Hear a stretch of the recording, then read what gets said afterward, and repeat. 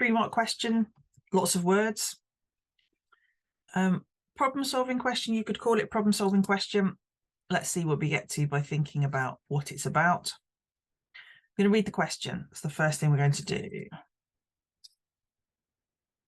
Sonia wants to book a holiday. The holiday will cost £1,428. Sonia will pay a deposit. She'll then pay the rest of the cost in 6 equal monthly payments. How much is each monthly payment? Step 2, highlight. Holiday will cost, this is the total cost. She'll pay a deposit. She'll then pay the rest of the cost in 6 equal monthly payments. How much is each monthly payment?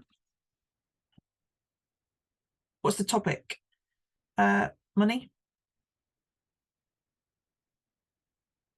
Formula sketch. I will draw a bar chart. So this is the total, 1428. If she pays a deposit, she's paid a little bit of the money here. And so we want to know what's left.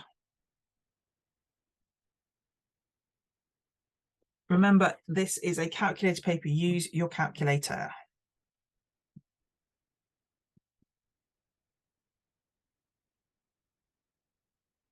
And that's the bit that's left here.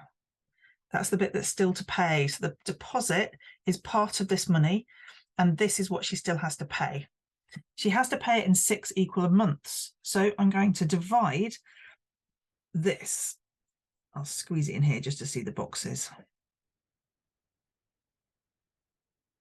We've got to find out what each of those is. We have to share 1,278 divided by 6 boxes.